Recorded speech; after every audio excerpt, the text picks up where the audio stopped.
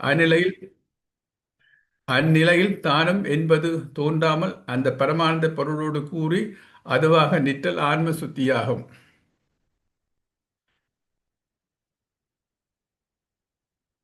பாடல் 3. எவ்வடி எவ்வடிவுகளும் தானாம் எழிற்பற வடிவுதாகி கவிய மலத்துன் ஆன்மாவைக் கருதியே ஒடுக்கி ஆக்கி பௌவம் ஈண்டு அகலப் பண்ணிப் பாரிப்பன் ஒருவன் அன்றே செவ்வையே உயிரில் காண்டல் சிவரூபம் ஆகுமன்றே.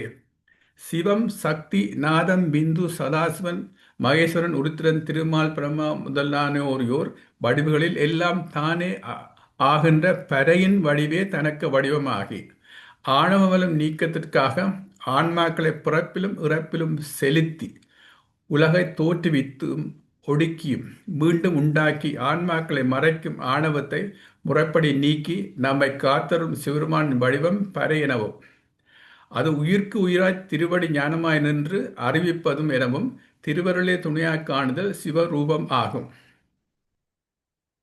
பாடல் 4.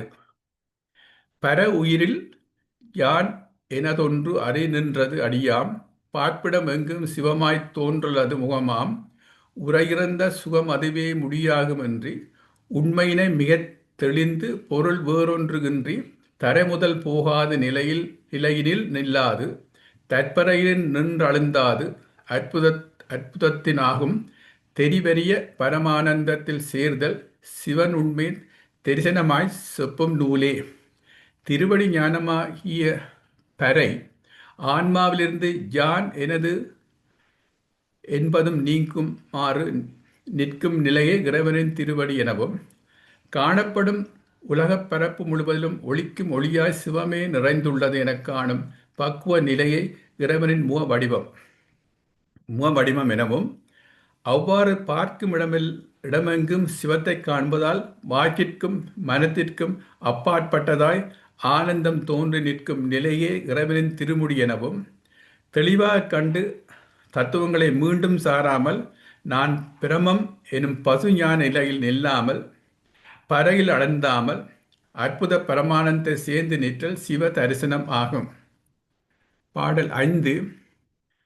எப்பொருள் வந்துற்றிடினும் அப்பொருளைப் பார்த்திங்கு எய்தும் உயிர் தனக்கண்டு இவ்விற்கெல்லாம் மேலாம் ஒப்பில் அருள் கண்டு சிவத்தை உண்மை கண்டே உற்றதெல்லாம் அதனாலே பற்றி நோக்கி தப்பினை செய்வதும் அதுவே நினைப்பதும் அதுதானே தரும் உணர்வும் பொசிப்பதும் அதுதானே ஆகம் அப்பொருள் அசைவில்லை என அந்த பொருளோடு இவை அதுவே சிவயோகம் எனும் இறைவன் மொழியே.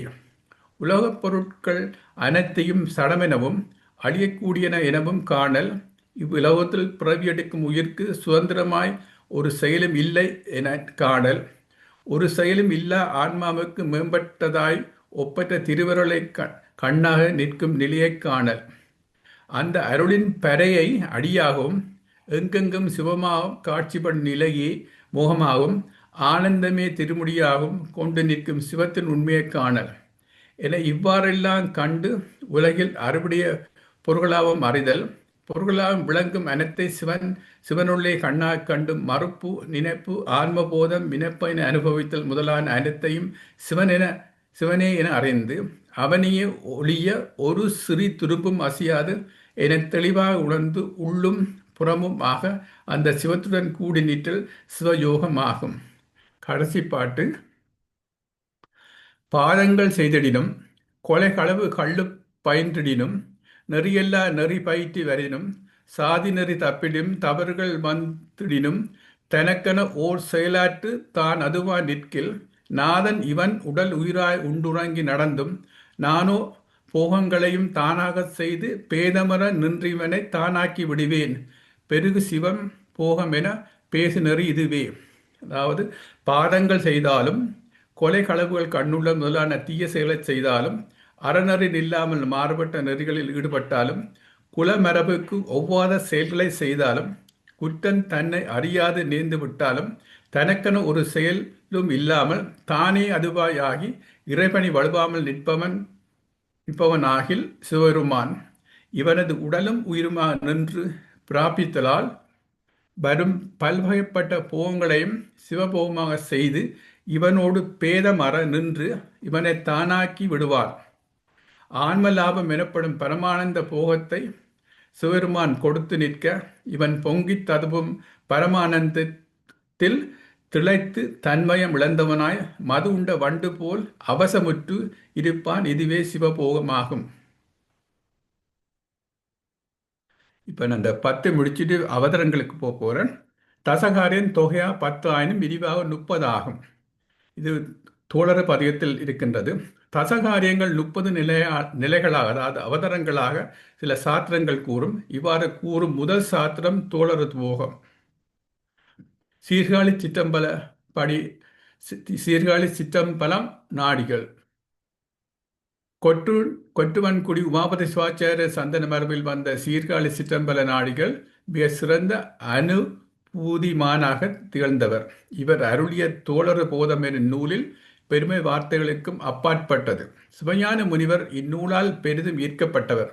சித்தாந்த அன்பர்கள் அனைவரும் அவசியம் ஆழ்ந்து பயின்று உணர வேண்டிய அருமையான நூல் இது. தோழர் போதம் மெய்ஞானம், சிவஞானம், அருஞானம், பரஞானம், உண்மைஞானம் இவை அனைத்தும் ஒரு பொருட்கள். துவள் அறமீன் துவள் இது ஒரு டேர்ட், அதை இல்லா பண்றத மீனிங். சிவனரி 10 எனும் தசகாரியம் தொகையாக 10, விரிவாக 30 நரிகள் நிகழ்வாக தசகாரியத்தை காண வேண்டும். ஒவ்வொரு நரியும் அவதரம் என சம்பிரதாயமாக குறிக்கப்படும். அவதரம் இது சூழ்நிலை, படிநிலை, பக்குவ நிலை. 30 அவதரங்களும் இந்நூலில் நன்கு விளங்கப்படுகின்றன. இனி இவை ஒன்றன் பின் ஒன்றாக 30 அவதரங்களையும் காண்போம். நான் ஒரு பட்டியல் தந்திருக்கேன் 30 இதுகளுக்கு. பூதப்பழிப்பு, பொறியற உணர்த்தல், அந்த கரண சுத்தி, கலாதி ஞான நிராகணம், சுத்த தத்துவ தூடனம், தத்துவாதீதம், சகல தரிசனம், கேவலம், கேவல தரிசனம், கேவலாதீதம், தன்னுண்மை, சைதன்ய தரிசனம், ஞான தரிசனம், பறை தரிசனம், பறை வியாப்தம், பறையில் யோகம், பறையில் போகம், சுத்த பரா யோகம், முத்தி சாக்கிரம், சாக்கராதீதம், பறையில் ஆதீதம், சுத்தாவித்தை, சுகரூபம், சுகாதீபம், சிவப்பேறு, பரமானந்த தரிசனம், பரமானந்த யோகம், பரமானந்த போகம், பரமானந்த மேலிடு, பரமானந்த அவசம். இவைகளின் விளக்கம் தசகாரியங்கள் சுத்தாவத்துடன் தொடர்பு. இந்த பெயர்கள் கொஞ்சம் கஷ்டமாக இருக்கும், ஆனால் விளக்கம் ஈஸியாக இருக்கும். சுத்த அவத்தை என்றால் என்ன? நின்மல சாக்கிரம், நின்மல சொற்பனம், நின்மல சுளுத்தி, நின்மல சுரியம், நின்மல துரியாதியம் என ஐவகை. இது மலம் நீங்க பிறவியற்று ஆன்மா சுத்தமாய் இருக்கும் நிலை. சுத்தாவத்தைகள் தசகாரியங்கள் அவதாரங்களின் தொடர்புகள் பின்வரும் அட்டவணையில் காணுங்க. Just give a table. இதை நீங்கள் கவனித்தால் சுத்த அவத்தைகள், தசகாரியங்கள், அவதரங்கள் எது எங்கெங்க ஃபிட் பண்ணுதுன்னு வரும். நிர்மல சாக்கிரம் சுத்த அவத்தை, தசகாரியங்கள் ஏற்பனே தத்துவ ரூபம், தத்துவ தரிசனம், தத்துவ சுத்தி, ஆன்ம ரூபம். இதில் அவதரங்கள் நான் அந்த 30ல் பூதப்பழிப்பு முதல் தன்னுண்மை வரை, நிர்மல சொற்பனம் சுத்த அவத்தைகள், தசகாரியங்கள் சிவரூபம், ஆன்ம தரிசனம், சைதன்ய தரிசனம் முதல் பறையில் யோகம் வரை. நிர்மல சுளுத்திக்கு அது கொரஸ்பாண்டிங் தசகாரியங்கள் இல்லை, நான் பிறகு வழங்கப்படுத்தியிருக்கிறேன். அதுக்கேற்ற அவதரங்கள் சுத்த பராயோகம் முதல் பறையில் அதீதம் வரை.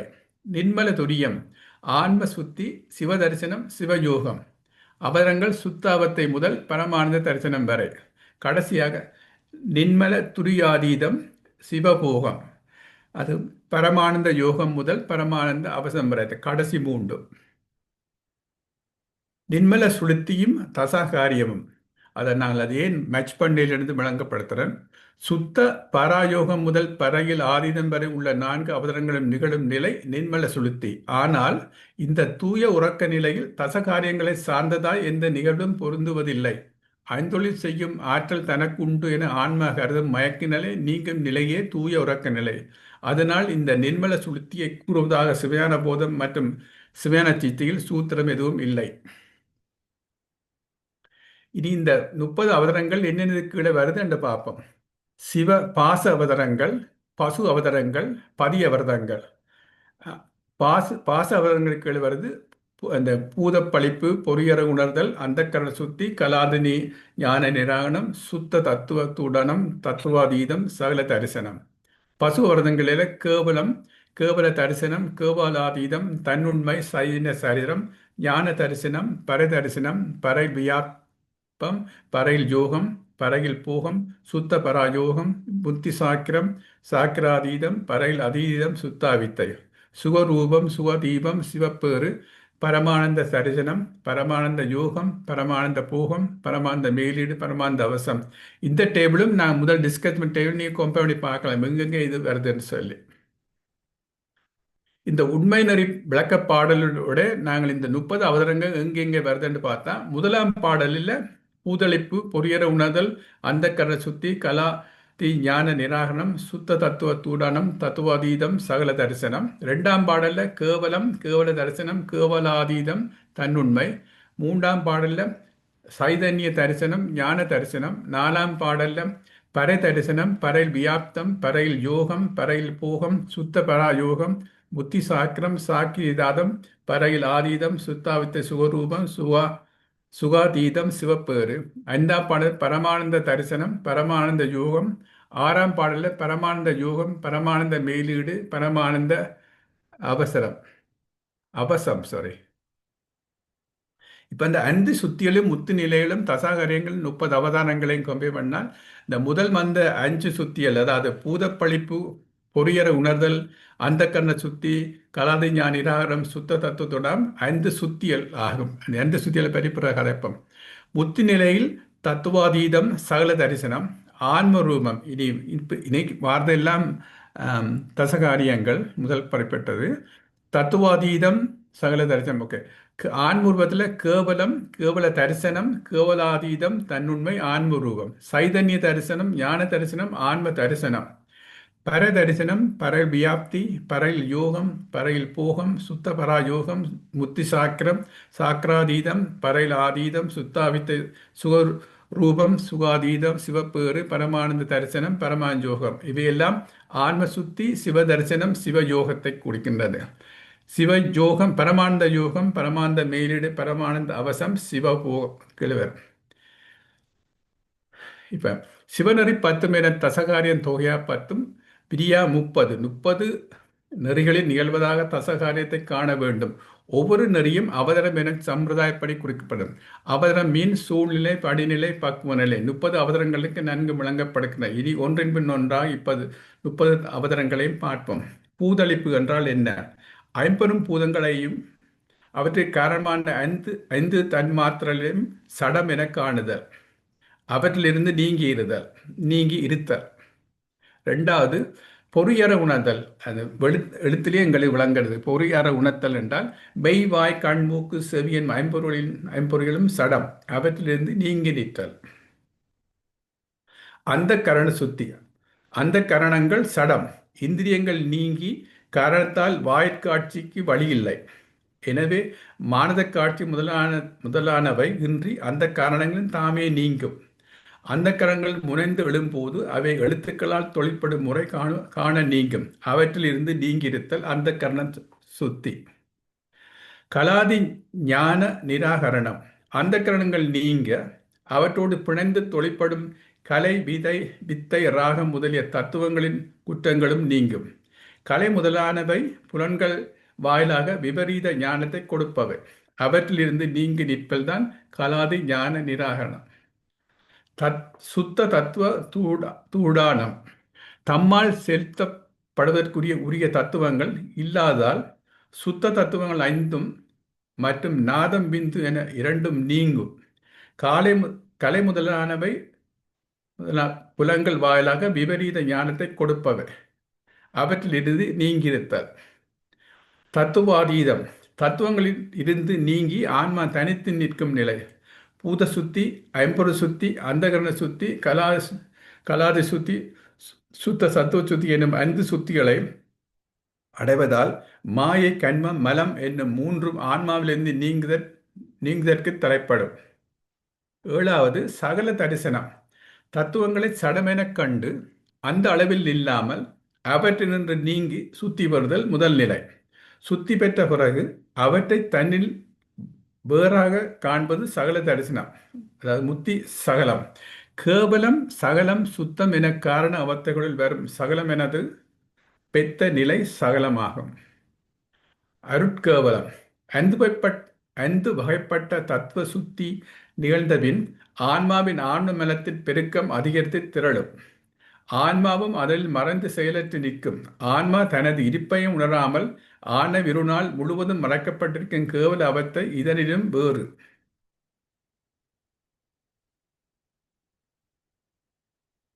அருட்கேவலம்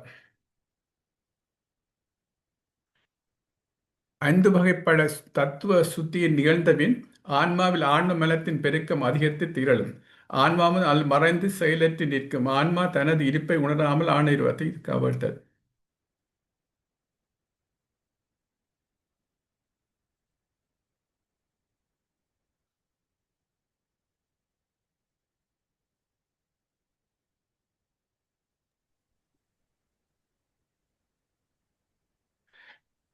கேவல தரிசனம். விடிவதற்கு சிறிது முன்பாக இருள் செறிந்து திரண்டு எழுவது போல மறைந்து நிற்கும் மல இருள் ஒரு சேர அழிவதற்கு இவ்வாறு தோன்றுகின்றது. கேவலாதீதம். மல இருளை ஆன்மாவில் வேறாக காண்பது. மல இருளுக்கு அதீதமாக நிற்றல் கேவலாதீதமாகும். தன்னுண்மை. ஆன்மா மும்மலங்களும் இருந்து நீங்கி வேறாக தன்னை தனித்து காணுதல் தன்னுண்மை. தன்னுண்மை காணும்போது திரோதனம் அருளாகின்றது. வேறாக அறிந்த அறிவே நீ திரோதனம். இவ்வாறு அருட்சத்தையா மாறி உள்ளதை உனது அனுபவத்தால் நீ அறி. 12. சைதன்ய தரிசனம். மலங்களிலிருந்து நீங்கிய சுத்த நிலையில் ஆன்மா தன்னை அறிவாக காணுதல். அருட்சக்தி காட்டிய அளவில் கண்டு தெளிந்து ஒளிவுடைய ஞானமே நீ என உணர். ஞான தரிசனம். மெய்ஞானமாகிய திருவுருளை அறிதல். தத்துவ சுத்தியை தந்து உன்னையும் உணருமாறு செய்தது இறைவனின் அருட்சக்தியை என்று உணர்தல். பரை தரிசனம். ஆன்மபோதம் அறவே ஒழிக்கப்படும் பக்குவ நிலை பர தரிசனமாகும்.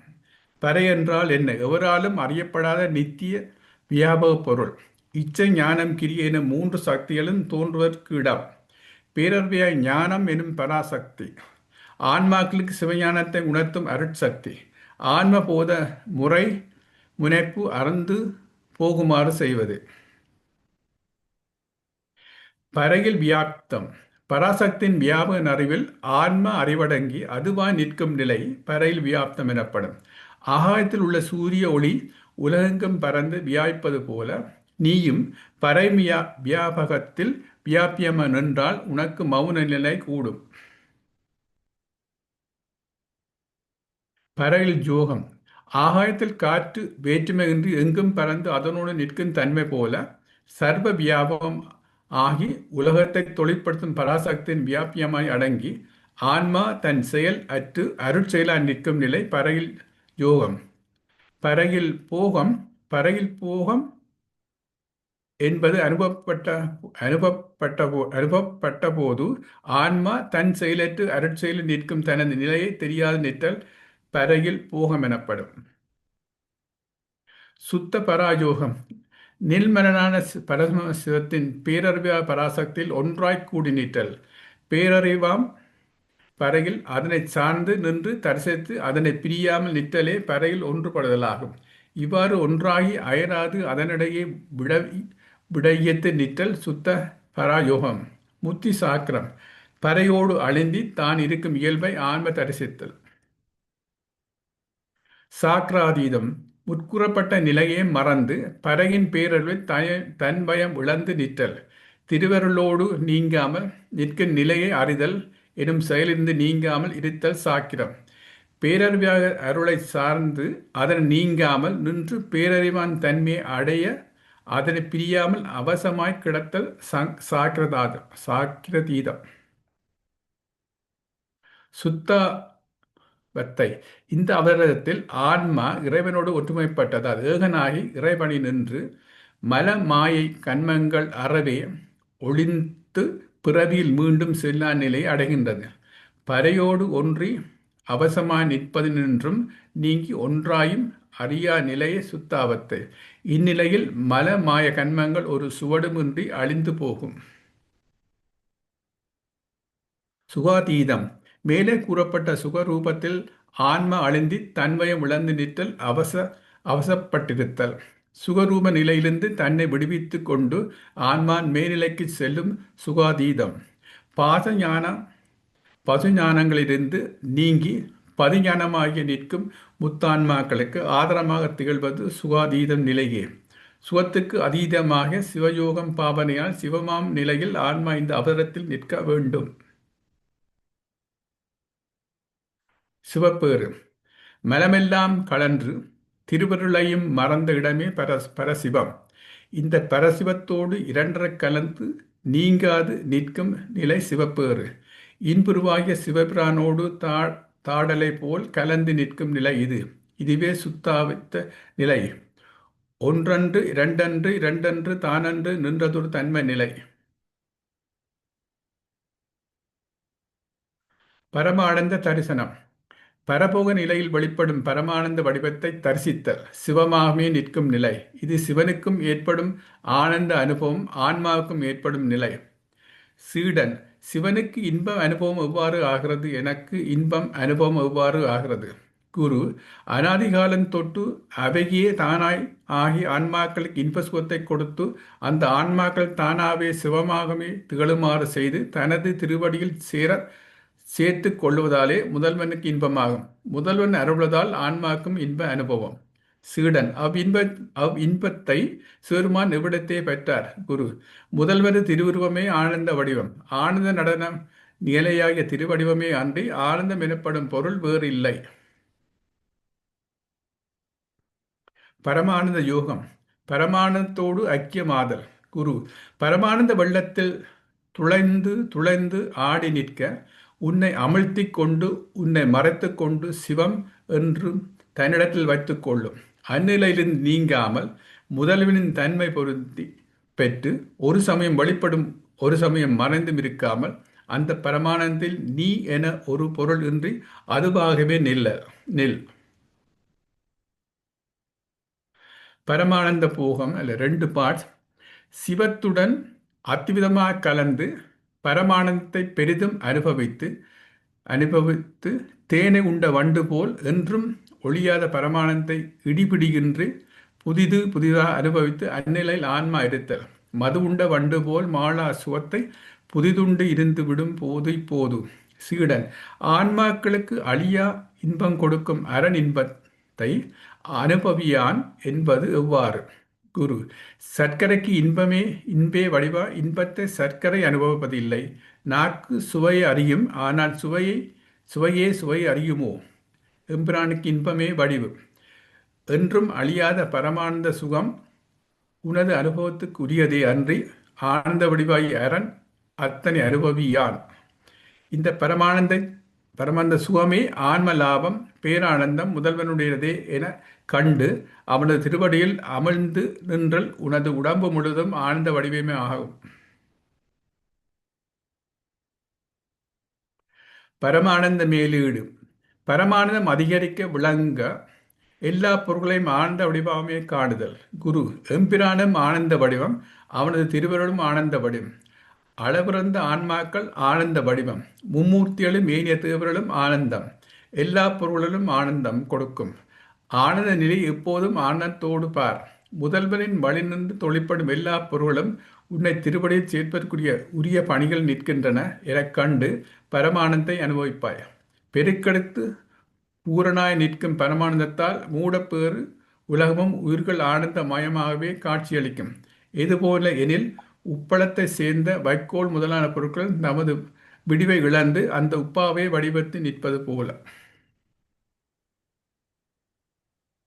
பரமானந்த அவசம். பரமானந்தில் தன் செயலற்று அதுவாய் அடங்கி நிற்கல். குரு.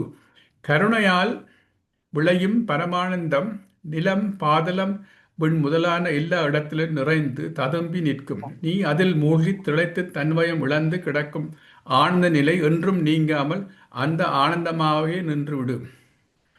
உற்ற பரமானந்தத்து ஒன்றாய் அதில் உறங்கி முற்றுவதே முத்தி முடிவு என்று உரைக்கும் குற்றமில்லா வைதிக சைவம் வழிநூல் புராணம் மற்றும் செய்வன நூல் எல்லாம் தெளி பரமானந்தத்தோடு ஒன்றாய் கலந்து அதிலே அபசமாய் நின்று பரமானந்தமாய் கிடப்பதே பரமுத்தி. இவ்வாறு கூறப்படும் 30 படிநிலையும் தசகாரியத்தில் அடங்கும். కొంచెం more detail.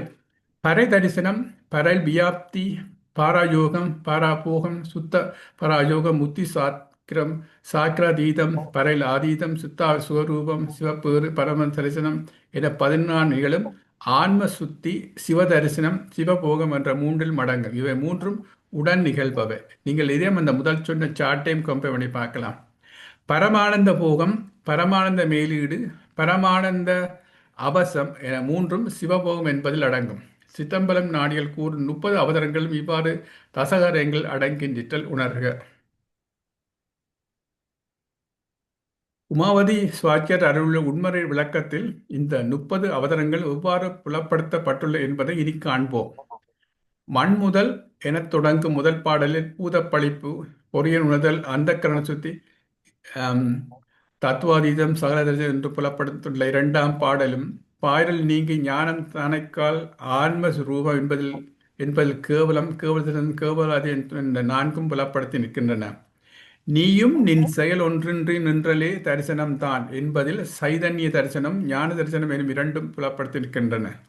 போய் இவன் தன்மை கட்டு அவன் தன்மையாய் என்பதில் பரதரிசனம், பரையில் வியாப்தம், பாராயோகம், பாராபோகம், சுத்த பாராயோகம், முத்தி சாக்கிரம், சாக்கிரதீதம், பரையில் அத்தம், சுத்தாவத்தை, சுவரூபம், சுகாதீதம், சிவப்பெருவினம் 12ம் புலப்படுத்தப்பட்டுள்ளன.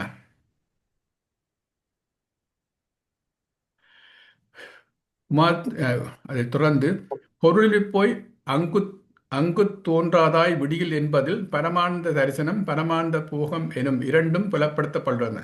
பரமானந்த போகம், பரமானந்த மேடு, பரமானந்த அவசம் என்று 3 6வது பாடலில் புலப்படுத்தப்பட்டுள்ளன. பூதப்பழிப்பு முதல் சகல தரிசனம் வரை உள்ள 7ம் பாசத்தை பற்றினால் அவை பாச அவதாரங்கள். இது அந்த முதல் போட்ட சாட்டை சொல்லியிருக்கிறேன். கேவலம் முதல் சுத்தாவத்தை வரை உள்ள 15ம் பசுவை பற்றினால் அவை பசு அவதாரங்கள் எனப்படும். சுகரூபம் முதல் பரமானந்த அவசம் வரை உள்ள 8ம் பதியை பற்றி நிறுவதால் அதை பதி அவதாரங்கள் எனப்படும். இப்போ இந்த தசகாரியங்கள் பொதுவாக திருமுறை பாடல்களிலும் திருப்பொழின் இதை காண்கிறோம். மாசில் வீணையும் மாலை மதியமும் வீசு தண்டலும் வீங்கின வேரிலும் மூசு வண்டரை புகையும் போன்ற இதில் ஈசன் எந்த இணையடி நிழலை என்பது இது தசகாரியத்துள் ஒன்றான சிவயோகம் எனும் அனுபவ நிலையை புலப்படுத்துவது. வீணை நாதம், வண்டி ரீங்காரம் அந்நிலையில் அனுப்பப்படும் நாத அனுபவம். மற்றது நிற்பனவும் நடப்பனவும் நிலனும் தீரும் நெருப்பினோடு காத்தாகி நடுவானாகி அற்பமொடு பெருமையை அருமையாகி அன்புடையார்க்கு எளிமைதாய் அளக்கலாக தற்பரமாய் சதாசிவமாய் தானும் ஜானும் ஆகின்ற தன்மையென நன்மையோடும் பொற்புடைய பேச களவோம் பெயர் பேசுவன பேசும் தெளியே பேசுவன பேசுவதே பிழையற்றோமே.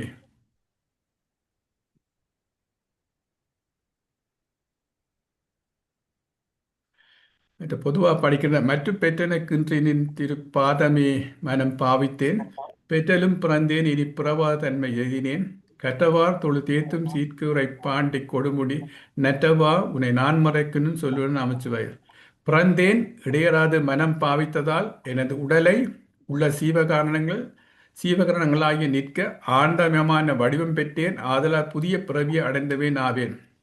திருவாசகத்தில் அடங்கியுள்ள எல்லா பதியங்களும் தசகாரிய தொடர்பான அருள் அனுபவங்கள் வெளிப்பட்டு விளங்குகின்றன. தசகாரிய பின்னணியில் பார்க்கும் போது திருவாசகத்துக்கு இணையாக வேறொரு நூலை காண்பது அரிது. கடைசியாக திருவம்பாய் பாடல் 3ல் முத்தன்ன வெண்ணகையாய் முன்வந்து எதிர்கழித்தல் அத்தன் ஆனந்தன் அவதன உறுதி தித்திக்க பேசுவாய் வந்தன் கடையுரியன் பத்துடையீர் ஈசன் பழையடியீர் இதிலும் தசகாரியம் தெளிக்கின்றது. நாங்கள் தசகாரியத்தை விளக்கம் கூறும் முக்கியமான தமிழில் உள்ள நூல்கள் பற்றி ஒரு பட்டியல் தந்திருக்கிறேன். ஏற்கனவே சித்தமிழ் நாடிகள் பற்றிய காட்சிக்கும் ஒரு உண்மைநறி விளக்கம் இது தேவையானதுகள் சிலதில் எங்களோட புக் லிஸ்டில் இருக்கும். அல்லது நீங்கள் கூகுளில் போய் தேடி பிடிக்கலாம். இத்துடன் என்னுடைய ப்ரெசன்டேஷன் முடியுது. நீங்கள் ஏதும் கேள்விகள் கேட்கணுமென்னு சொன்னால் கேட்கலாம், ஆனால் மறுமொழிக்கு உத்தரவாதம் இல்லை.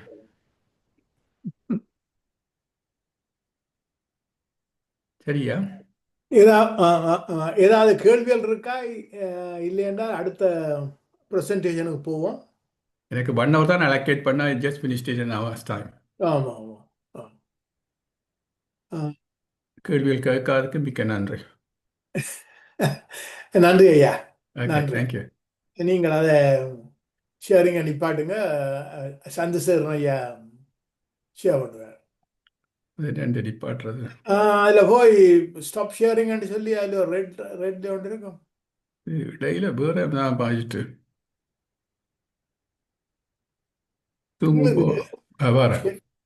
ஷேருக்கு போனால் ஸ்டாப் ஷேர் இருக்கும். அப்படியே எடுக்குது ஸ்டாப் ஷேர். Okay okay. நீங்க இந்த பீச்சில் இருக்கலாம். உங்களுக்கு குடிக்க இல்லையா? இளங்கோ பீச் எல்லாம் நல்ல நல்ல வெயிலான நடக்குவாங்க. நல்ல குளிர் நடந்துறேன். நீங்க குளிர் இல்லா இருக்கிறீங்க. நன்றி. Thank you very much. நன்றி நன்றி. சரி ஐயா. சந்தோஷம் ஐயா. நீங்கள் ஸ்கிரீன் தெரியுதாங்க ஐயா? ஐயா ஸ்கிரீன் தெரியுது உங்களுக்கு? ஷேர் பண்ணிட்டேன். தெரியுதா? தெரியுது. அனைவருக்கும் வணக்கம். திரு ரத்னகுமார் ஐயா விளக்கமாக எடுத்திருந்தாங்க. நான் கொடுக்க போறது ரொம்ப சுருக்கமானது. அதாவது எப்படின்னா, நம்ம பள்ளி கல்லூரியில படிக்கும்போது ஆசிரியர் கொடுக்குற நோட்ஸ் நம்ம கையில் எடுத்து வச்சிருப்போம். எப்பயாவது அவசரமா தேடணும்னா இதுல இருந்து பார்த்துக்கலாம். விரிவான விளக்கம் வேணும்னா புத்தகத்துல படிப்போம். அதே மாதிரி இப்போ உங்களுக்கு விரிவான விளக்கம் என்னன்னா ஐயாவோட ஸ்லைடை பாருங்க. சுருக்கமா உங்களுக்கு வந்து ரெடி ரெக்கக்னர் அல்லது பாயிண்ட்ஸ் டு பாண்டர் அந்த மாதிரி நான் சுருக்கமா உங்களுக்கு கொடுத்துருக்கேன். எவ்வளவு சுருக்கமா கொடுக்கணும் அவ்வளவு சுருக்கம் நீங்க திருப்பி மீள் பார்வையா பார்க்கணும்னு பாக்குறவங்களுக்கு வசதியாக ஐயா கொடுத்த அதே இன்ஃபர்மேஷன் தான் கொடுத்துருக்கேன். நான் இதை ரொம்ப விளக்கமா சொல்ல போறேன்னா ஐயா நிறைய விளக்கம் கொடுத்துட்டாங்க. நான் உங்களுக்கு இது வந்து சுருக்கமா கொடுக்குற எப்படி கொடுத்துருக்கேன். நான் இதுல இந்த ஸ்லைடு ப்ரிப்பேர் பண்றதுக்கு அவங்க கேசினி அம்மாவோட முன்னர் எடுத்த ஸ்லைட்ஸ்லாம் எனக்கு ரொம்ப உதவியா இருந்தது. அவங்களுக்கு என்னுடைய நன்றிகள். இப்ப உள்ள போவோம். ஓகே, தசகாரியம்னா என்ன? அதான் ரொம்ப சுருக்கமா சைவ சித்தாந்தத்துல வந்து சைவரா இருக்க எல்லாருக்குமே வந்து நமக்கு வந்து ஒரு அல்டிமேட்னு ஒண்ணு இருக்கும். அது என்னன்னா முத்தி நிலை அடையணும்ன்றது.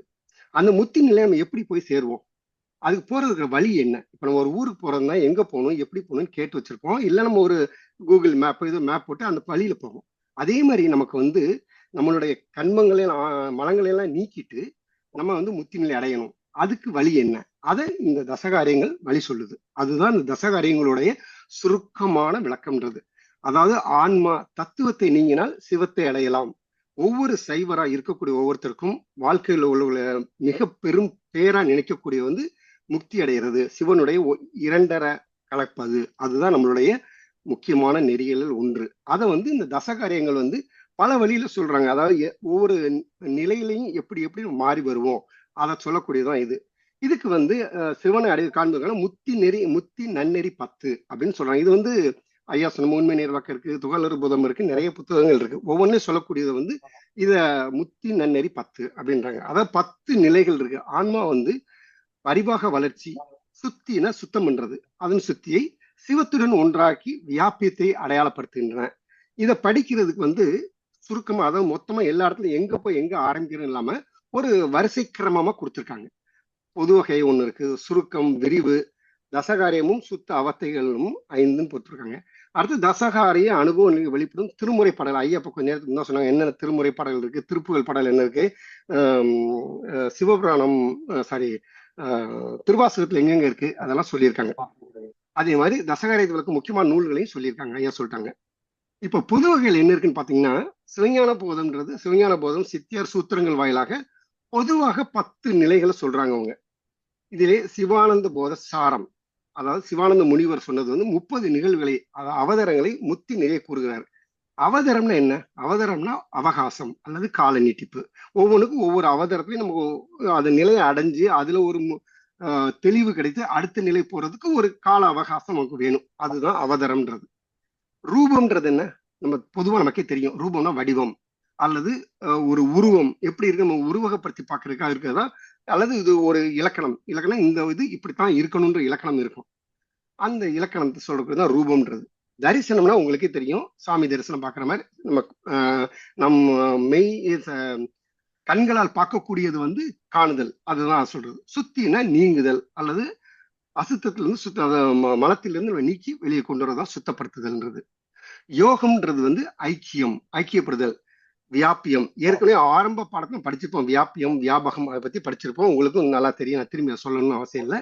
அப்படி இல்லை, உள்ளடங்கி நிற்றல், ஒன்றுக்குள் ஒன்றாக இருத்தல். போகம்ன்றது அனுபவிக்கக்கூடிய அந்த சிவ போகத்துக்கு போகும்போது அதுல கிடைக்கக்கூடிய சிவ அனுபவங்களை நம்ம எப்படி அனுபவிக்கிறோம், அதுதான் போகம்னு சொல்லக்கூடியது. இந்த தசகாரியங்களை 10 பொது வகையில 10. அது என்னன்னா தத்துவ ரூபம், தத்துவ தரிசனம், தத்துவ சுத்தி. இந்த போது எப்படி இதுல வந்து ஒவ்வொரு நிலையிலும் எந்த அளவு நம்ம மாறிட்டு வருவோன்றது ஐயா இருக்குன்னு சொல்லிட்டாங்க. ஆன்ம ரூபம், ஆன்ம தரிசனம், ஆன்ம சுத்தி. சிவரூபம் இத தத்துவத்துல இருந்து தெளிவான நம்ம ஆன்மத்துல வருவோம், ஆன்மால இருந்து அடுத்து சிவத்துக்கு போவோம். சிவரூபம், சிவ தரிசனம், சிவ யோகம், சிவபோகம், கடைசி இருக்கக்கூடிய சிவபோகம். அப்ப வந்து நம்ம இறைவனோட இரண்டரை கலந்து இருக்கக்கூடிய நிலை அது. இதை எப்படின்னு அடுத்து பார்ப்போம். இப்ப தத்துவ ரூபம்னு என்னன்னா நிலம் முதல் சிவமறை. அதாவது ஏற்கனவே முந்தைய பாடங்கள்ல நான் அந்த 30 தாத்வீகங்களை பத்தி கடந்த வகுப்புல எடுத்திருக்கும் போது உங்களுக்கு பெரிய டேபிள் கொடுத்துருந்தேன். அந்த டேபிள்ல இதை பத்தி விரிவான விளக்கங்கள் இருக்கு, உங்களுக்கு நீங்க அதுல எடுத்து பார்த்துக்கோங்க. தத்துவங்கள் என்னென்ன இருக்கு, அந்த தத்துவத்துல இருந்து நிலம் முதல் சிவமுறை உள்ள 36 தத்துவங்களையும் தோற்ற முறையும் அது எப்படி செயல்படுதுன்னு சொல்றாங்கல்ல, அதுதான் தத்துவம். அதை புரிஞ்சு அதுல இருக்கக்கூடிய நம்ம தெளிவாக்கணும். முதல்ல அதை தெரிஞ்ச பிறகு நமக்கு தத்துவ தரிசனம் கிடைக்கும். எப்படின்னா இந்த தத்துவங்கள் எல்லாமே திருவருளின் செயலால் தொழிற்பட்டாலும் அதுக்கென தனியென ஒரு அறிவு கிடையாது. அறிவின்றி ஒன்றை ஒன்று அறியாமல் சடக்கறிவுகளை விளங்குகின்றன. இதுக்கு உதாரணமா சொல்ல போனோம்னா, ஒன்றுக்கு ஒன்று தொடர்பில்லைன்றது வந்து நம்ம சாப்பிடும்போது சுவையை வந்து நாக்கு அறியும், ஆனா கண் பார்க்கும். ரெண்டும் ஒரே உடல்ல தான் இருக்குது, ஆனா ஒன்றோடு ஒன்று கனெக்ஷன் கிடையாது. பார்க்கறத உணர முடியாது, உணர்றத பார்க்க முடியாது. அதுதான் தத்துவ தரிசனம் சொல்லக்கூடியது. தத்துவ சுத்தியில் என்னன்னா, இது நித்தியமான பொருள்கள் எதுவுமே நித்தியமானது கிடையாது. அல்லனும் ஆன்மாவை தனக்கு அந்நியமானது எல்லாமே இந்த ஆன்மாவுக்கு தனியா நிக்குது. நீ இது வந்து தனியா வேறுபடுத்தி பார்க்கலாம். அதாவது நம்மளுடைய ஆன்மான்றது உள்ளுக்குள்ள இருக்கக்கூடியது, நமக்கு ஒவ்வொருடைய சிந்தனையில இருக்கக்கூடியது. இதை வந்து வெளியிருந்து பார்க்கக்கூடியது. இந்த இதை வந்து நீக்கி பார்க்கணும். அதைத்தான் இங்க சொல்ற. கழித்து நீங்குவனவே ஆன்ம தத்துவங்களின் வழியாக மேலுள்ள பற்றினை விடுதல். நமக்கு வந்து சுற்றி இருக்கக்கூடிய அந்த ஐம்புலன்களால் கிடைக்கக்கூடியதில் இருக்கக்கூடிய பற்றினை விட வேண்டும். அதுதான் தத்துவ சுத்தியில சொல்றாங்க. இந்த 3 நம்ம வந்து தெளிவாயிட்டோம்னா அடுத்த ஆன்ம ரூபம். ஆன்ம ரூபம்ன்றது தத்துவங்களிலிருந்து தன்னை வேறாக காணும் நிலையில் நாமே பிரம்மமாகவும் என தருக்கி நிற்கும் நிலை. இதெல்லாம் தாண்டிட்டோம்னா எனக்கு எல்லாம் தெரிஞ்சிச்சு சொல்ல நிலைமை நிற்போம்னா அதுதான் ஆன்ம ரூபமா இருக்கும். அடுத்து ஆன்ம தரிசனத்துக்கு வரீங்க. இங்க வந்துன்னா ஆன்மா இறைவனோட அருளில் அழுந்தி விளங்குதல். இதுக்கு வந்து விளக்கம் என்ன சொல்றேன், நீன்றது ஆன்மா தத்துவங்களை உனக்கு வேறாக உணர்ந்து அவற்றுக்கு அதீதப்பட்டு நிற்று திருவள்ளுவர் செயலேன்னு உருவாய் எது நடந்தாலும் எல்லாம் அவன் செயல், அந்த மாதிரி நிலைக்கு வந்துடணும். உபதேசித்து ஆன்ம உண்மையை உணர முற்படணும். நம்ம என்னன்றது தெரிஞ்சுக்க தயாரா இருக்கணும். அப்போது ஆன்மா உண்மையை புறப்படும் பொழுது ஆன்மாவின் இயல்பு கெடும்படியாக மறைத்த அக இருளாகிய ஆணவம் நீங்கிட தன் முனைப்பின் காரணமா மேலும் இச்சை அறிவு செயல் இந்த 3 சேர்ந்து ஒரு தன்மைப்பட்டு விளங்க ஆன்மா அருளின இறைவனுடைய முதல்வனின் அருளில் அழுந்து விளங்கும்.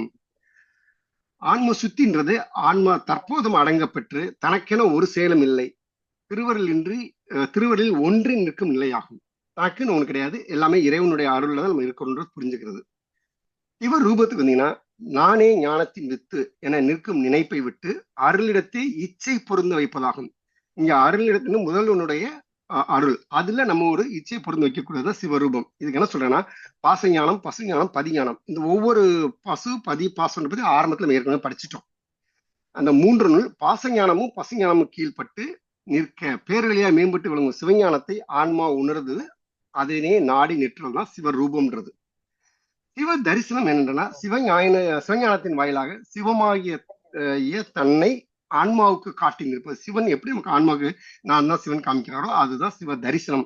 நம்ம அவங்கள பார்க்கிறோம். உலக போகங்களின் சிறுமையை ஆன்மாவுக்கு உணர்த்தி சிவஞானமாவது ஆன்ம அறிவில் நிலைத்து நிற்கும் சக்தி என ஆன்மா உணரும் வண்ணம் வைப்பதாகும். இந்த இதுல நான் ஒவ்வொரு எழுத்தும் வேற வேற வண்ணங்கள்ல கொடுத்துருக்கேன். இந்த ஊதா கலர்ல கொடுத்துருக்கிறதெல்லாம் இந்த 10 காரியங்களை சொல்லக்கூடியது. அந்த பச்சை எழுத்துல இருக்கிறது நீங்க சுருக்கமா பார்க்கணும். இதோட விளக்கம் என்னன்றது சுருக்கமான விளக்கம். இந்த மாதிரிதான் இந்த மெட்டீரியலை பிரிச்சிருப்பேன். நீங்க படிக்கும்போது உங்களுக்கு எளிதாக என்ன படிக்கணும் எதுவும் நம்ம ஞாபகத்துல வச்சுக்கணுன்றதுக்காகத்தான் அந்த பச்சை கலர்ல கொடுத்துருக்கேன் அந்த எழுத்துக்களை. சரியா? அடுத்து இதுல தொடர்ந்து வருது சிவயோகம். திருவருளோடு ஏகனாகி நிற்கும் நிலை. ஆன்மா சிவஞானத்தில் அழுந்துனா மலவாத விளையும் மும்முனை உணர்வு காண்பான் காட்சி காணப்படும் பொருள் எனும் திரிபுடி தோன்றாதவாறு சிவம் தன்னையே உணர்த்தி நிற்றலாகும். தன் செயலெல்லாம் திருவருளின் செயலே என தன் பணி நீத்தலாகிய ஆன்மசுத்தியில் சிவ யோகம் நிகழ்கிறது. அந்த சிவ யோகம் நிகழ்ந்ததுன்னா அடுத்ததால திருவருளில் ஞானத்தில் அழுந்திய ஆன்மாவாகிய ஞேயப்னாகியன அறியப்படுவதாகிய சிவத்தில் அழுந்தி நிற்கும் நிலையே அப்படின்னு சொல்றாங்க. அதாவது ஆன்மா விளையும் எதை எதிர்பார்த்து போகுதோ சிவபோகத்தினை சிவம் காட்டும் உபகாரம் காணும் உபகாரம் என் இரண்டையும் செய்து விளைவித்து நிற்றல் போகமாகும். இந்த காட்டும் உபகாரம் காணும் உபகாரம் ஏற்கனவே ஆரம்ப பாடங்கள் நம்ம படிச்சிருக்கோம். நீங்க திரும்ப எடுத்து என்னென்ன பார்த்துக்கோங்க. நீங்க இப்ப இதுல சிவஞான போதத்துல சிவஞான சித்தல் குறிப்பிட்ட தசகாரியங்கள் எப்படி இருக்குன்னா அவத்தைகள் ஐயா இப்ப ஏற்கனவே டேபிள் போட்டு காமிச்சாங்க. அதே மாதிரி டேபிள் தான் நானும் இங்க போட்டிருக்கேன். நின்மல சாக்கிரம், நின்மல சொப்பனம், நின்மல சுளுத்தி, நின்மல துரியம். இது தசகாரியங்களை எதோட பொருந்தி இருக்குது. அதுக்கு சிவஞான போத சூத்திரங்கள் என்ன இருக்குது. அதுக்கு இணையானது இந்த பசுபதி பாசம்ல என்ன வருதுன்னு சொல்லக்கூடியது. இப்ப இந்த மஞ்சள் கலர்ல இருக்கிறது எல்லாமே பாசத்துல வரக்கூடியது, பச்சையில இருக்கிறதெல்லாம் பசுவா வரக்கூடியது, ஊதா நிறத்துல இருக்கிறதெல்லாம் பதியா நிகழக்கூடியது. இந்த 10 நிகழ்வுகளும் ஒரு வரிசை கிரமமா தான் நடக்கணும்ன்றது இல்லை. அது எப்படினாலும் நடக்கலாம். இது ஒரு சில நேரங்கள்ல ரெண்டு சேர்ந்து ஒரே இடத்துல நடக்கலாம். உதாரணமாக நின்மல சொப்பனம் எடுத்தீங்கன்னா ஆன்ம தரிசனமும் சிவரூபமும் ஒன்னா நடக்கும். அதை பத்தி சொல்லக்கூடியது இது. அடுத்து ஒருங்கே எது நிகழ்வு சைமல்டேனியஸா எது வருது. சிவரூபமும் ஆன்ம தரிசனமும் ஒரே நேரத்தில் நடக்கக்கூடியது. சிவரூபத்தால் திருவருளின் மேன்மை உணர்ந்த ஆன்மா தன்னை முதலாக கருதுதல் இன்றி திருவருளுக்குத்தான் என்றும் ஆன்மா அடிமையே என உணர்வதால் ஆன்ம தரிசனத்தை பொருந்தும். ஆனால் அந்த ரெண்டும் ஒரே நேரத்தில் நடக்கக்கூடியது. சிவ தரிசனமும் ஆன்ம சுத்தியும் ஒரே நேரத்தில் நடக்கக்கூடியது. திருவருள் செய்யும் ஐந்தொழிலை தானும் செய்ய வல்லதாக ஆன்மா செருக்குடன் கருதும். அவ்வாறு தன்னால் ஐந்தொழில் செய்ய இயலாது என்ற எண்ணத்திலிருந்து ஆன்மா நீங்கப்படுவதால் சிவ தரிசனம் கிடைக்கும். ஏன்னா ஆன்மாவும் செருக்குடன் இருக்கும்போது நம்ம எல்லாம் செய்யலாம். ஆனா அதால 5 தொழிலையும் செய்ய முடியாது. அதுக்கு முதல்வன் ஒருவனாலதான் முடியும். சிவ தரிசனம் சிவ யோகம் ரெண்டு சேர்ந்து நடக்கும்போது ஆன்ம சுத்தி நடக்குது. ஆன்ம சுத்தினா ஆன்மா ஒரு ரிஃபைன்மெண்ட் ஆகி அடுத்த ஸ்டேஜுக்கு போக ரெடி ஆகுது. இதுதான் இதுல சொல்லக்கூடிய பொது வகையில சொல்லக்கூடியது. அடுத்து இதோட சுருக்கமா சொல்ல போனோம்னா இந்த உண்மை நீர் விளக்கம் பாடல்ல ஐயா சொல்லியிருந்தாங்க. அதோட விளக்கம் தான் இங்க கொடுத்துருக்கேன். முதல் பாடல்ல உள்ள சாராம்சம் என்ன, அந்த பாடல் நான் கொடுக்கல, ஏற்கனவே ஐயா உங்களுக்கு கொடுத்துட்டாங்க. அதுல உள்ள இதை மட்டும் சுருக்கமா கொடுத்துருக்கேன். நிலம் முதல் சிவமுறையில் 36 தத்துவங்கள் செயல்பாடுகள் அறிவது தத்துவ ரூபம் ஏற்கனவே பார்த்துட்டோம். தத்துவங்கள் 36 சடம் என்பது என காண்பது தத்துவ தரிசனம். 36 தத்துவங்களும் அசத்து நில முதலான தத்துவங்களால் தொடக்கொண்டு நில்லாமல் அவைகளிலிருந்து நீங்கி தத்துவங்களுக்கு அப்பாற்பட்டதாய் நின்று தத்துவங்களோடு மீண்டும் கூடாமல் திரும்ப அதோடு போய் சேராம அவைகளின் தன்னின் வேறாக கண்டு நின்று தத்துவ சுத்தி. நாம ஆன்மால இருந்து அந்த 5 புலன்களாக கிடைக்கக்கூடியதை விட்டு நம்ம பிரிஞ்சு தனியா நின்று பாக்குறோம்.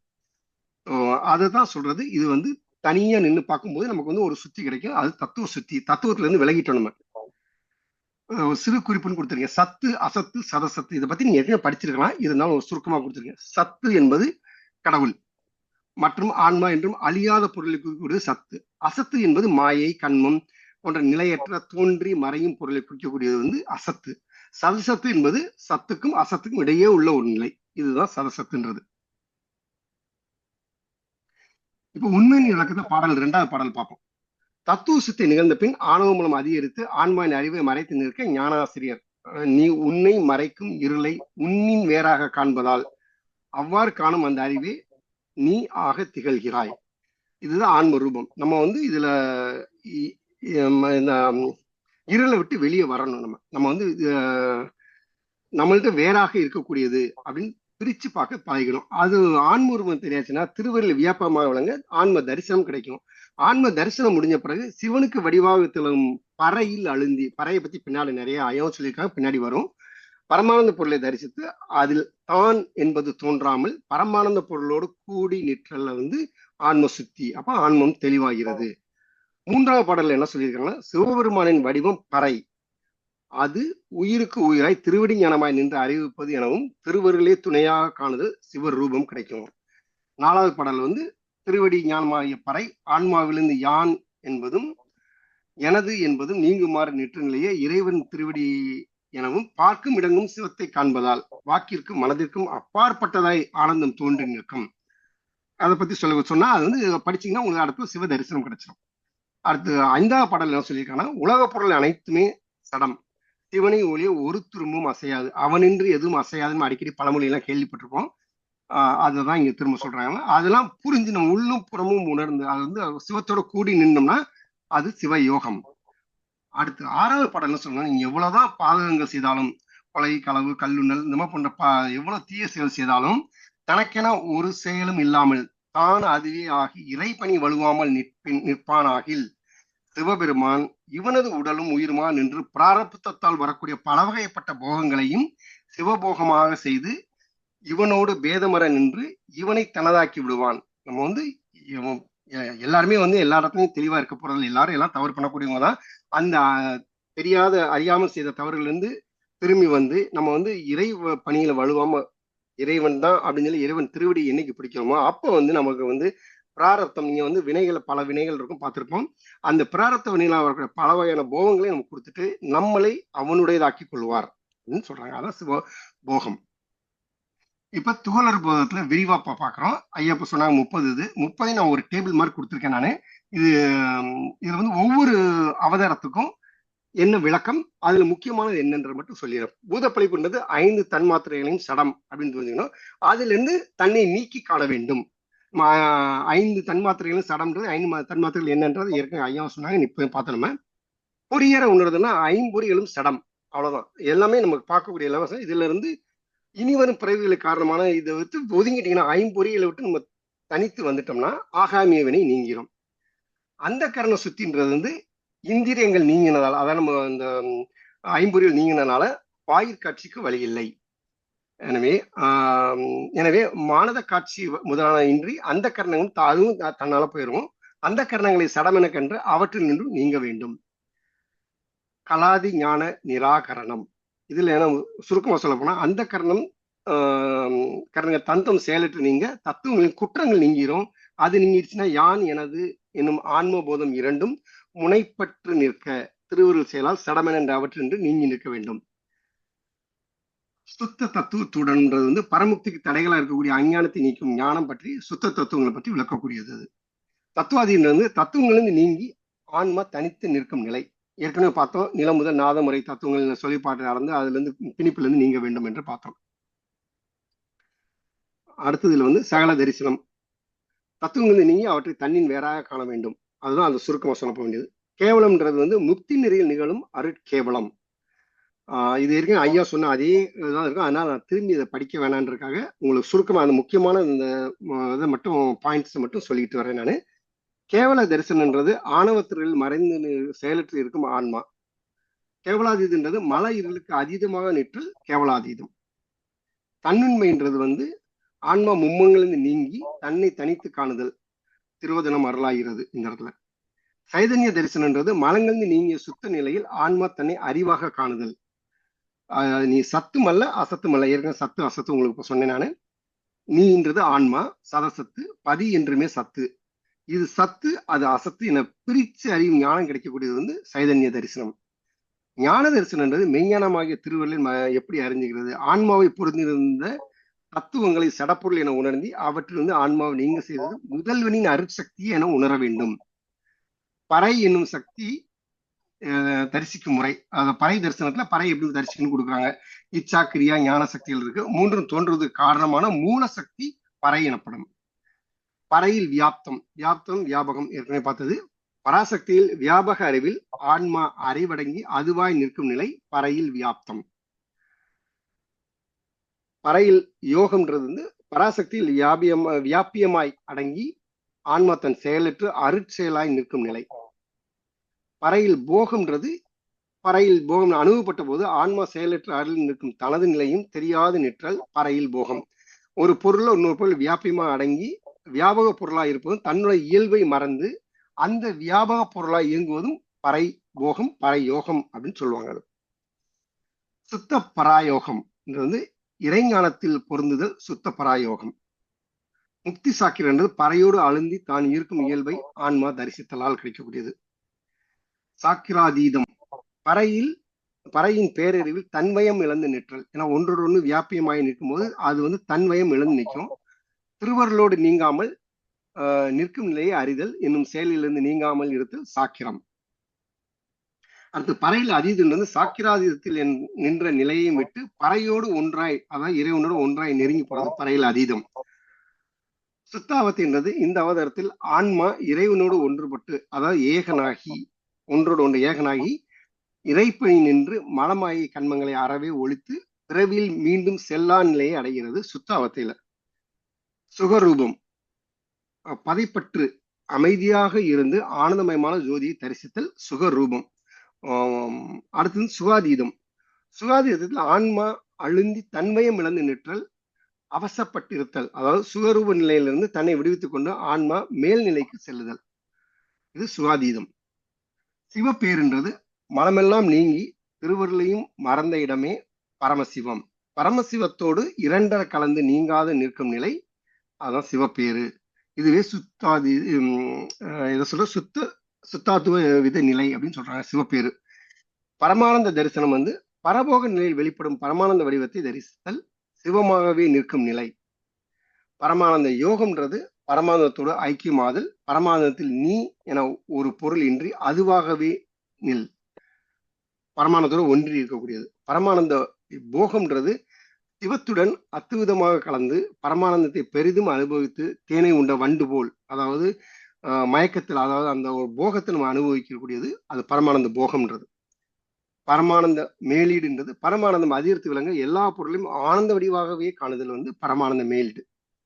பரமானந்த அவசம்ன்றது பரமானந்தத்தை தன் செயலற்று அதுவாய் அடங்கி நிற்றல், இறைவனோட இரண்டரை கலந்து நிற்றல் வந்து பரமானந்த அவசம். இப்போ வந்து இதே டேபிள் ஐயா சொன்ன மாதிரி இந்த டேபிள் கொடுத்துருக்கேன். தத்துவ ரூபம், தத்துவ தரிசனம், தத்துவ சுத்தின்றது பூத பொழிப்பு பொலியற உணர்வு அந்த சுத்தி கலாதி ஞான நிராகரணம் சுத்த தத்துவ தூடனம் தத்துவாதீதம் சகல தரிசனம். இந்த டேபிள் நீங்க பாத்தீங்கன்னா உங்களுக்கு எது எந்த இடத்துல எந்த தசகாரியங்களும் இந்த அவதாரங்களையும் சேர்த்து கொடுத்துருக்கோம். எந்தெந்த ரூபம் எங்க வருது, எதுல என்ன படித்து பார்ப்போன்றத. இந்த உண்மை நிற்க விளக்க பாடலுக்கும் இதே மாதிரி கொடுத்துருக்கோம். ஒரு 6 பாடல்லையும் எந்தெந்த பாடல்ல என்னென்னதை பார்க்கலாம் அப்படின்ற இந்த டேபிள் இருக்குது. இதே தான் ஐயாவும் கொடுத்துருக்குறாங்க. இது வந்து பாச அவதாரங்கள்ல என்னென்ன வரும், பசவதாரங்கள்ல என்ன வரும், பதிவதாரங்கள்ல என்னென்ன இருக்குன்றத பார்க்கறதா இது. இது வந்து உங்களுக்கு வந்து சுருக்கமா எது வேணும் பார்க்கறதுக்காக ஒரு நீங்க பள்ளி கல்வியில படிக்கும்போது திருக்குறள், ராமாயணம் இதுக்கெல்லாம் படிக்கிறதுக்கு வந்து நோட்ஸ்னு உரை நூல் ஒன்று வச்சிருப்பாங்க. அதுல ரொம்ப சுருக்கமா கொடுத்துருப்பாங்க. அந்த மாதிரி ஐயா கொடுத்ததுக்கு ஒரு சுருக்கம் உடனடியாக டிக்ஷனரியில பாக்குற மாதிரி பாக்குற சுருக்கமா கொடுத்துருக்கேன் நான்.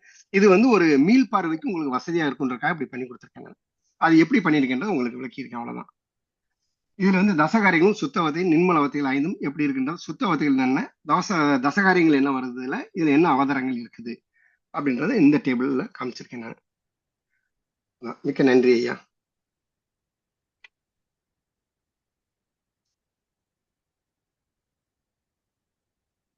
நன்றி ஐயா. ஏதாவது விளக்கம் கேட்பதா இருந்தால், யாராவது கேட்பதா இருந்தால் கேளுங்கள்.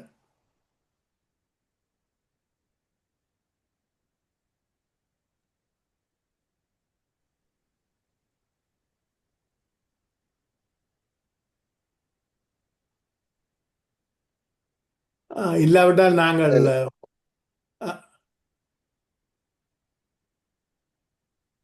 நன்றி ஐயா. நன்றி ஐயா.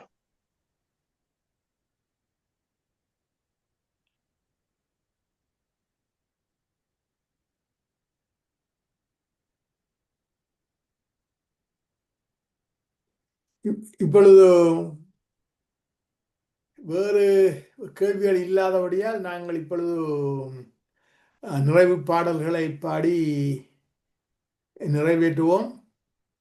கேசினியம்மா பாடுறீங்களா இந்த நிறைவு பாடலை? ஐயா சிற்றம்பலம். தோடுடைய செவியன் விடையேறியோர்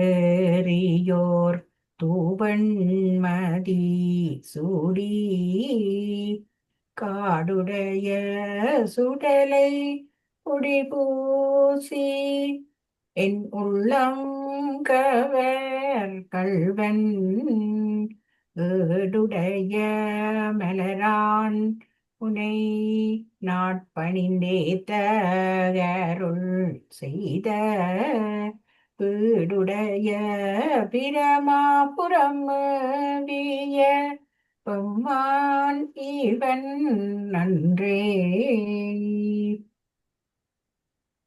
உருவாய் அருவாய் உளதாய் இளதாய் மறுவாய் மலராய் மணியாய் ஒளியாய் கெருவாய் உயிராய் கதியாய் விதியாய் குருவாய் வருவாய் அருள்வாய் குகனே.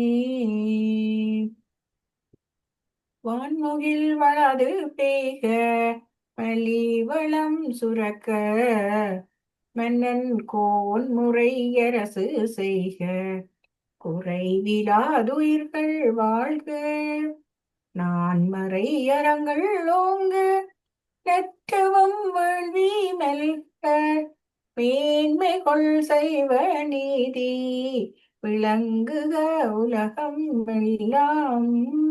சிற்றம்பலம். நன்றி அம்மா. நன்றி. 2 பிரசன்ட் பண்ணுவேன். 2 பேருக்கும் நன்றி. இல்லை, நன்றிங்கய்யா. நன்றி. இத்துடன் நிறைவு செய்வோம். நன்றி.